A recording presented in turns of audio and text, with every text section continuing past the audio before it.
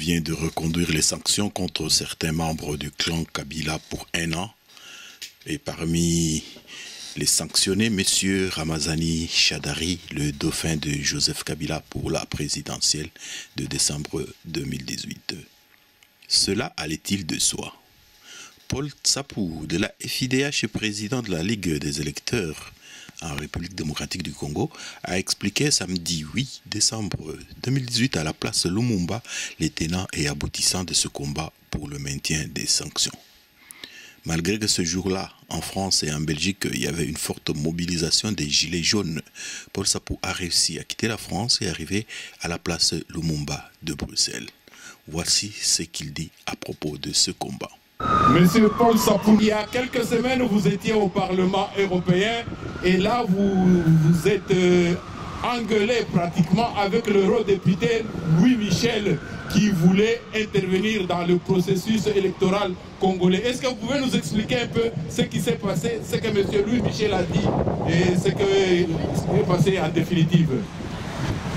Bien, avant toute chose, laissez-moi remercier toutes les personnes, des millions de personnes qui vous ont écrit, qui m'ont écrit, qui ont manifesté leur solidarité après cet acte d'altercation que j'ai eu avec l'eurodéputé Louis Michel, qui n'est pas... Louis Michel, c'est un individu que le peuple congolais ne supporte plus. C'est ce monsieur qui nous a le premier présenté Kanambe Joseph Kabila comme étant l'homme qu'il fallait de notre pays. Déjà en 2001, lorsque Laurent Désiré Kabila avait été assassiné, c'est Louis Michel qui est allé présenter à l'opinion nationale et internationale Joseph Kabila Kanambe comme étant un monsieur à l'écoute de tous. Il l'a soutenu, il l'a présenté à la face du monde pour dire que voilà, c'est le président de la République démocratique du Congo qu'il faut absolument soutenir. Là, c'est la signature de Louis Michel en ce moment-là, en 2001 plutôt, 2001, en tant que ministre, vice-premier ministre, ministre de l'Intérieur du gouvernement belge. Et le monsieur a récidivé lorsqu'il est arrivé, si vous voulez, en 2005, lorsqu'il était commissaire à l'Union européenne. Le monsieur a soutenu un référendum imposé avec une constitution qui avait été édifiée à Liège, ici en Belgique. Le monsieur avait même menacé le peuple congolais de ne pas manifester contre un quelconque test de référendum, contre cette constitution taillée sur mesure ici à Liège et imposée en RDC aux Congolais. Souvenez-vous qu'il a œuvré au nom de l'Union européenne pour pouvoir imposer ce référendum et également utiliser, si vous voulez, la force de l'Union européenne. Souvenez-vous qu'en ce moment-là, Louis Michel avait œuvré, avait embarqué l'Union européenne dans le déploiement de EFOR. EFOR, c'était la force de l'Union, la force militaire de l'Union européenne qui avait été déployée en RDC pour mater la population, qu'elle ne puisse pas manifester pacifiquement contre un texte. Tout ça, un texte de constitution taillée sur mesure pour asseoir, pour consolider le régime, le pouvoir de M. Joseph Kabila. Voilà tout cela signé par Louis Michel.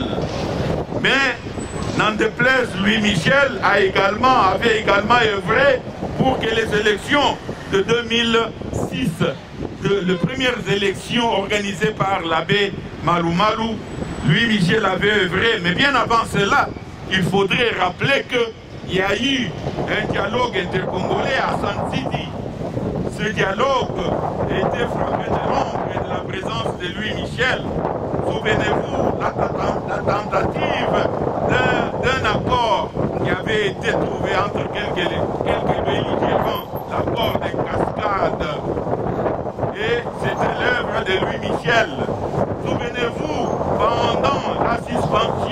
pendant la suspension de ces négociations de San City en Afrique du Sud, il y a eu une pause qui avait été voulue par Louis Michel et les gens ont été rappelés ici à Bruxelles pour pouvoir négocier secrètement.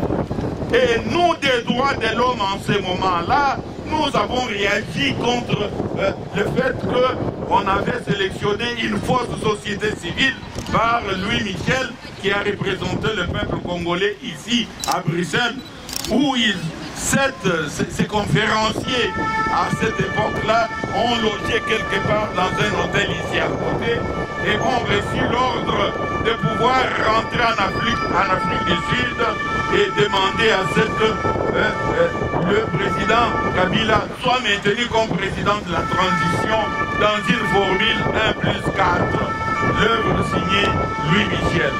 Je peux en multiplier à gogo, puisque dans l'entretemps, lors du cinquantenaire de l'indépendance de la République démocratique du Congo, Bruxelles, sous l'influence de Louis Michel, avait absolument œuvré pour que l'on puisse organiser avec face les 50 ans de notre indépendance en faveur de Joseph Kabila comme président. Et en même temps, on fêtait l'anniversaire, le 50e anniversaire avec faste en présence du roi de Belge et sous l'instigation de Louis Michel. Triste situation, Louis Michel œuvra pour que la veuve du ministère des droits de l'homme ainsi que les orphelins de Floribert Chebeya ne puissent pas obtenir à la demande des défenseurs des droits de l'homme, des associations des droits de l'homme, des ligues belges des droits de l'homme, avaient insisté pour qu'on remette un visa pour que la famille Chebeya obtienne un visa afin de s'installer en Belgique à la suite de torture morale après avoir qu'elle subissait cette famille, après avoir assassiné Chebeya. Et voilà, ce monsieur Louis Michel a osé dire cela alors que Shadari est ce monsieur-là que Kabila a essayé de présenter comme son remplaçant. Mais Shadari, c'est un criminel. Ministre de l'Intérieur à Kinshasa, au Congo, il a dû réprimer dans le sang, ordonner la répression dans le sang des manifestations pacifiques, les manifestations du comité laïque de coordination et des chrétiens et de beaucoup d'associations et de manifestants qui ont réclamé et qui réclament la démocratisation, la liberté. Ces manifestations ont été réprimées dans le sang sur ordre de M. Shadari.